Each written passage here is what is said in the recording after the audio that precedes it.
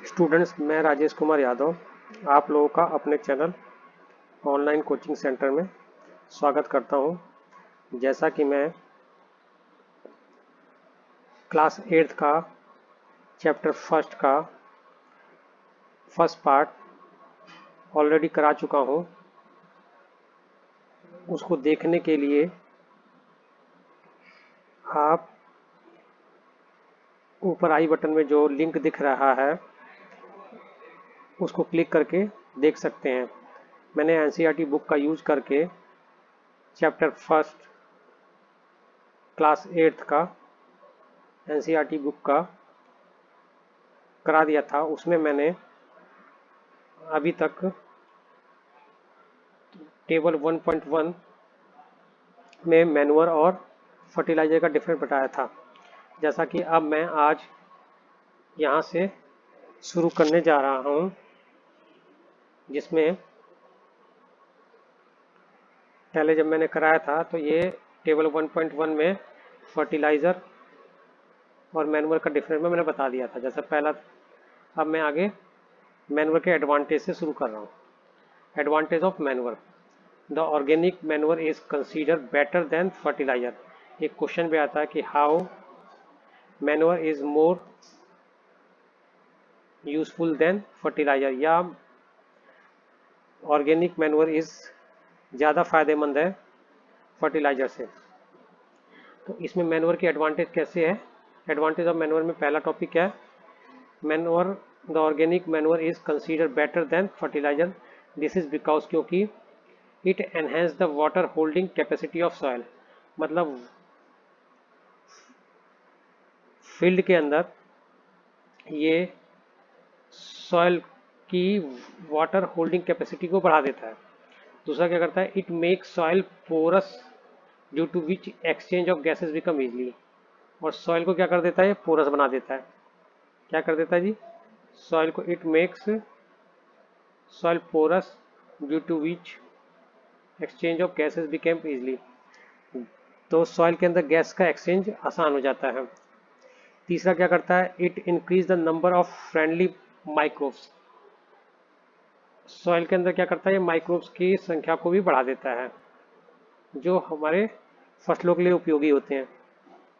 तीसरा क्या करता है? It improve the texture of soil. Soil के टेक्सचर को भी इम्प्रूव कर देता है।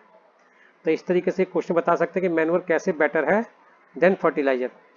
और ये पॉल्यूशन भी, सॉइल पॉल्यूशन भी इंक्रीज नहीं करता है। इसके बाद क्या करना है? अब हम आगे टॉपिक लेते हैं 1.1 1.6, जिसका नाम है इरिगेशन। क्या होता है जी? इरिगेशन। इरिगेशन का मतलब क्या था? क्रॉप के अंदर पानी की सप्लाई करना और पानी डालना। पानी के तो all living being needs water to life. कोई भी लिविंग बीइंग जीने के लिए वाटर की जरूरत होती है, हर एक लिविंग बीइंग को। Water is important for proper growth and development of flowers. Water क्या? प्रॉपर ग्रोथ, फ्लावर के ग्रोथ की प्रॉपर ग्रोथ के लिए, फ्रूट की प्रॉपर ग्रोथ के लिए, या किसी भी प्लांट के प्रॉपर ग्रोथ के लिए जरूरी होता है। वाटर क्या करता है? Water is absorb by plants root. ये क्या करता है? वाटर प्लांट्स रूट से ऑब्जर्व होता है। along with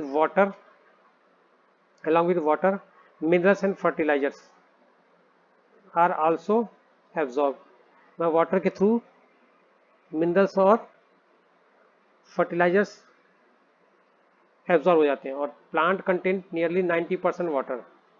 प्लांट के अंदर क्या होता है? 90% क्या होता है? वाटर होता है।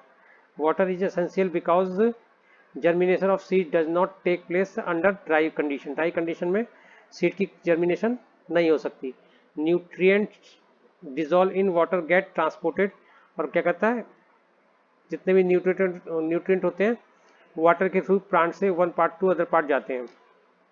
Water also protect the crop from both Frost and hot air current. मतलब वाटर क्या करता है? गर्मी से भी प्लांट को बचाता है। To maintain the moisture of the soil for healthy crops और ग्रोथ। मतलब वाटर क्या करता है? हेल्थी ग्रोथ के लिए जरूरी होता है। The supply of water to crop at different interval is called irrigation. ये इरिगेशन की डेफिनेशन हुई, the supply of water to crop at different interval is called irrigation. तो ये इरिगेशन की क्या होगी, डेफिनेशन होगी जी, इरिगेशन डेफिनेशन। और वाटर की क्या, वाटर हमें क्यों जरूरी होता है, इसलिए इस वाले पैराग्राफ को हम बता सकते हैं, इसमें क्वेश्चन बनेगा, ये पूरा पैरा हम उसके अंदर लिख सकते हैं कि वाटर की क्या जरूरत होती है, क्यों जरूरी होता है प्लांट के लिए। अब क्या करना है, time and frequency of irrigation varies from crop to crop. कब कब पानी देना ये क्रॉप के ऊपर डिपेंड करता है, हर क्रॉप पे अलग अलग होता है, और सॉइल टू सॉइल, हर एक सॉइल के नेचर के हिसाब से होता है, और season two season. In summer क्या होता है, अब सीजन में, इन समर में क्या होता है, the frequency of water is higher, frequency of water क्या होती है, हायर होती है। वाई इज सो, ऐसा क्यों होता है, could it be due to the increase rate of evaporation of water from the soil. तो इसमें क्या होता है, गर्मियों में अधिकतर पानी क्या कहते हैं, इवोपरेट हो जाता है, इसलिए ज़्यादा जरूरत होती है। I am very careful this year about watering the plant, last summer my plant dry up. मैं इस साल ये बता रहा है ये इसमें कि मैंने इस वक्त गर्मियों वाटर पे ध्यान दिया। अब सोर्स ऑफ इरिगेशन, इरिगेशन के कौन कौन से सोर्सेज हैं, sources of irrigation, the sources of irrigation are, कौन कौन सा हो सकता है, वेल से, ट्यूबवेल से, पॉन्ड से, लेक से, रिवर से, डैम से और कैनाल से, ये क्या हो गए, सोर्स ऑफ इरिगेशन हो गए। क्वेश्चन आता है, अब पहले जमाने में ट्रेडिशनल जो अभी तक चलता आ रहा था, वाटर कैसे किया जाता, कुएं से किया जाता था, traditional method of water irrigation. इसमें क्या होता था, the water available in wells, lakes and canal is lifted up by different method in different region for taking it to the field। अलग अलग रीजन में अलग अलग तरीके से कुएं से पानी को निकाल के फील्ड में डाला जाता था। Cattle and human labour is used in this method, पशुओं का और ह्यूमन लेबर का यूज होता था इन इस मेथड में, ट्रेडिशनल मेथड में। So these method are cheaper, सस्ते थे but less efficient, but efficiency इनकी बहुत कम थी। The various traditional methods ways are, क्या देखा है, मोट, पुली सिस्टम, ये दे रखा फिगर के अंदर, पुली से खींच के करते थे। और चेन पंप, उस सेकंड में चेन पंप नीचे दिया होगा, ये चेन पंप का एरिया हो गया। डेकली वाला ये हो गया, इस तरीके से होता था। रात दे रखा है इस वाले में, इस तरीके से बेल्ट घूमते रहते थे और पानी देते। Pump are commonly use for lifting water, diesel, biogas, electricity and solar energy use in run this, pump से होता था। अब आगे ये ट्रेडिशनल मेथड हो गए। अब इरिगेशन मेथड, मॉडर्न मेथड कौन कौन से इरिगेशन के, मॉडर्न मेथड ऑफ इरिगेशन, इसके बारे में पढ़ना है। एक होता है स्प्रिंकलर सिस्टम, इसमें क्या होता है, this system is more useful on even land where sufficient water is not available, जहाँ पे वो सफिशिएंट वाटर अवेलेबल नहीं होता वहाँ पे होता है। The perpendicular pipes having rotating nozzles on top are joined to main pipeline at irregular interval. When water is allowed to flow through main pipe under pressure with the help of pump, it escape from rotating nozzle, it get sprinkled on the crop as it raining, जैसे कि raining हो तो इस तरीके से। तो ये method जो दे रखा है इस फोटो में, इससे पाइप निकलता है, पानी आता है इस पाइप से, तो ये परपेंडिकुलर ऐसे करके लगे रहते हैं, तो इसमें से क्या होता है, बारिश की तरह से होने लगता है, जैसे कि आपने पार्क वगैरह में देखा होगा, इसको बोलते हैं स्प्रिंकलर सिस्टम, स्प्रिंकलर सिस्टम बोला जाता है। दूसरा मेथड क्या था, ड्रिप सिस्टम। अब ड्रिप सिस्टम में क्या होता है, इन दिस मेथड क्या होता है, water falls drop by drop just at the position of root के ऊपर निकलता है बस पानी। So it is called drip method, इसे क्या बोलते हैं, ड्रिप सिस्टम बोलते हैं। It is best technique for water fruit plants, gardens और ट्रीज के अंदर। The system provides water to the plant drop by drop in figure 15b में जैसे दिया हुआ है, यहाँ से पानी निकलता है, यहाँ पे ड्रॉप ड्रॉप पानी निकलता रहता है, ठीक है जी। ये ड्रॉप बाई ड्रॉप ये इस वाली फिगर में दिया हुआ है।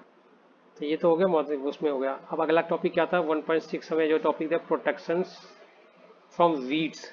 वीड्स क्या होते हैं, अनवांटेड प्लांट्स होते हैं, पहले डेफिनेशन देखनी होगी। बूझो और Paheli went to the nearby weeds field and saw there were some other plant in field, crop को छोड़ के बाकी अदर प्लांट्स भी उसके साथ में उग जाते हैं। Have these other plants been planted purposely, क्या ये पर्पजली इनको प्लांट किया गया था? तो ये नहीं जी, अनवांटेड होते हैं, अपने आप आ जाते हैं। तो in field many other desirable, अब वीड्स की डेफिनेशन आती है।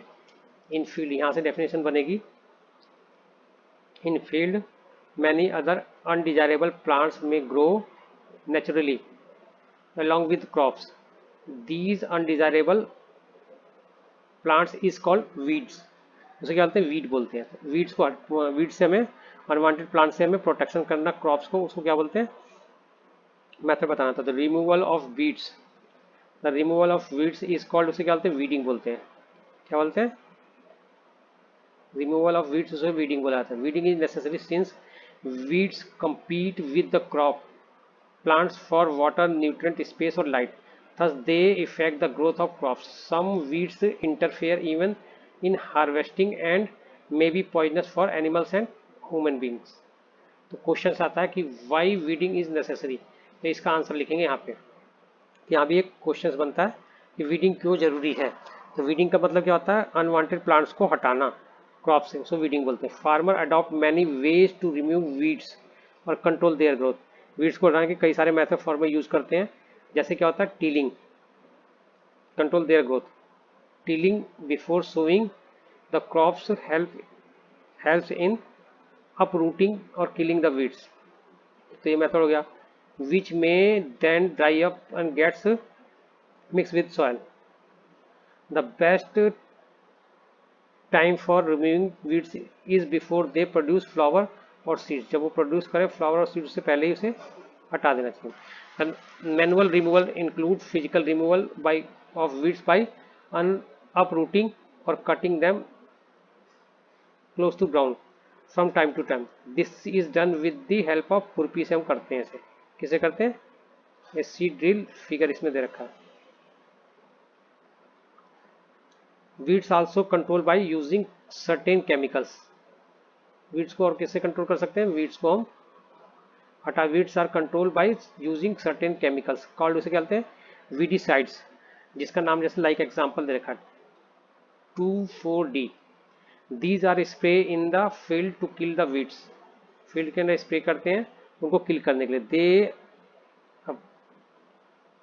दे do not damage the crop, जो क्रॉप को डैमेज नहीं करते। The weedicides are diluted with water to extend require and spraying the field with the sprayer से हम करके इसे हटाते हैं। Weedicide D4। तो ये वीडीसाइड क्या होता है? इसकी डेफिनेशन हो गई, जैसे कि इस एग्जांपल में कर रहा है बंदा, वीडीसाइड स्प्रेइंग कर रहा है। Do weedicide have any effect on the person handling the weedicide with sprayer? ये क्वेश्चन पूछ रहा है पहले। As already mentioned, the weedicides are sprayed during the vegetative growth of the weeds before flowering or seeds formation. Spraying the weedicide may affect the health of the farmer. कर सकता है। So they should use this chemical very carefully. They should cover their nose or mouth with the piece of, मैं इसको mouth पे करके, मतलब इस तरीके से करना पड़ता है कि हमें इफेक्ट ना डाले। माउथ पे क्लोथ लगा के होशियारी से करना होता है, ठीक है जी, केयरफुली करना होता है। तो ये वीडीसाइड हो गया, रिमूवल प्रोटेक्शन फ्रॉम सीड्स। अब तीसरा टॉपिक क्या था? हार्वेस्टिंग। मतलब 1.8 टॉपिक हो गया harvesting. Harvesting of crop is an important task, बहुत बड़ा इंपॉर्टेंट टास्क है। The cutting of the crop after it mature, जब मैच्योर उसको काटना, उसे क्या कहते हैं हम?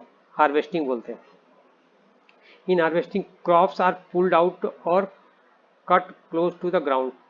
It usually takes 3 to 4 months for a cereal crop to mature. Harvesting in our country is either done manually by sickles, ये sickles होते हैं, sickle से किया जाता है, by machine से भी किया जाता है, called इसे harvester बोलते हैं। In harvesting crop, grain seeds need to be separate from the calf. The process is called thresling। क्या बोलते हैं उसे? थ्रेसलिंग बोला जाता है। थ्रेसलिंग की डेफिनेशन हो गई। This carried out with the help of machines called, उसे क्या बोलते हैं? कंबाइन बोला जाता है। Which in fact is a combine harvester and thresher. इस वाले इसमें दे रखा है। फोटो में 1.8 में। Farmer with the small holding of land do separate of grain chaff by winnowing भी करते हैं, विनोइंग के थ्रू भी होता है। फिगर 1.9 में दे रखा है, इस तरीके से भी किया जाता है छोटे फार्मर्स के लिए। इसके हार्वेस्टिंग के बाद क्या करते हैं हम, हार्वेस्टिंग के बाद अगला लास्ट पॉइंट क्या होता है 1.9 storage. The storage of produce is important task. If the crop grain are to be kept for longer time they should be safe from moisture. उसे हमें मॉइस्चर से सेफ रखना पड़ता है, इंसेक्ट से सेफ रखना पड़ता है, रेट से रखना पड़ता है और माइक्रो ऑर्गेनिज्म से उसे सेफ रखना पड़ता है। The fresh crop has more moisture, उसके अंदर मोर मॉइस्चर होता है। If freshly harvested grains seeds are store without drying, उसको बिना सुखा कर सकते हैं, दे में गेट स्पॉयल, खराब हो सकता है और attack by organism losing their germination capacity. Hence, before storing them, the grain are properly dry in sun to reduce the moisture in them. This prevent the attack by insects. उसे हम पूरी तरह सुखा लेते फंगी और farmer store. अब जैसे soil for storage in grain ऐसे करके फार्मर स्टोर बनाए जाते हैं। फूड फ्रॉम एनिमल, अब अगला टॉपिक क्या आ गया, ऐसे करके बनाया जाता रखा जाता है, सिलोज में या ग्रेनरी में रखा जाता है। To protect them from pest like rat और insects, drier neem leaves are use for storing grain at home. हम नीम्स की लीव डाल देते हैं for storing large quantity of grain in big godam के अंदर डाला जाता है। स्पेसिफिक केमिकल ट्रीटमेंट किया जाता है to protect them from pest और माइक्रो ऑर्गेनिज्म। अब इसके बाद क्या आता है टॉपिक, अगला टॉपिक हम पढ़ते हैं फूड फ्रॉम एनिमल। अब हमें कुछ ऐसे फूड पढ़ने जो हमें एनिमल से मिलता है। जैसे make the following table in notebook completed. Food बना दिया, हम सीरियल नंबर हो गया और सोर्सेज हो गया। अब जैसे मिल्क हो गया, मिल्क हमें किससे मिलता है, काऊ से, बुफेलो से, सी गॉट से और सी कैमल से। इस तरीके से बाकी जो चीज़ें मिलती हैं उसके बारे में लिस्ट पूरी बनानी है। After the complete this table you must have seen that like plants animal also provide us different kind of food. Many people living in coastal areas consume fish as a major part of their diet.